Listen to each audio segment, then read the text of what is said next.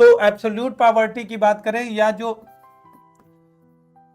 Absolute poverty जिसको बोलते हैं, उसमें क्या होता है कि जैसे कि अब ये $3 बोल दिया, ठीक है कि $3 है, अब $3 से जो भी ऊपर है, जो भी ऊपर है, वो जो है वो गरीबी रेखा के बाहर है, ठीक है। वो $3 से जो भी नीचे है वो गरीबी रेखा से नीचे है। उसी तरह आप समझिएगा कि आप बोर्ड के एग्जाम में जैसे 33% से ऊपर जिसके है वो सब पास है, ठीक है, और 33% से कम जो है वो सब गरीब है।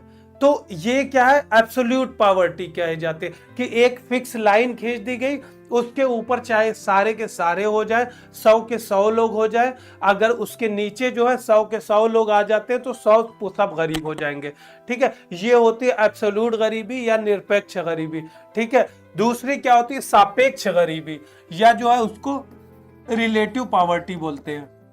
अब रिलेटिव पॉवर्टी जैसे वर्ड से ही डिफाइन, इसको समझ लीजिए क्योंकि एग्जाम में डायरेक्ट पूछ देता है कभी कभी, ये हम इस चीज को समझने के लिए आपको बस बता रहे।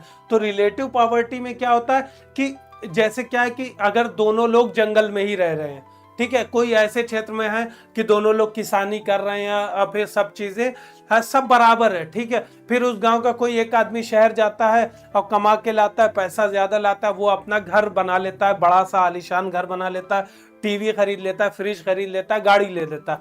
तो अभी तक तो समान थे ये लोग, दोनों लोग, अब क्या हो गया, अपने आप गरीब हो गए। दूसरा आदमी तो गरीब हो गया, लेकिन एक्चुअल में वो दूसरा अभी तक तो समान था, लेकिन उसकी स्थिति में तो कोई परिवर्तन नहीं हुआ ना।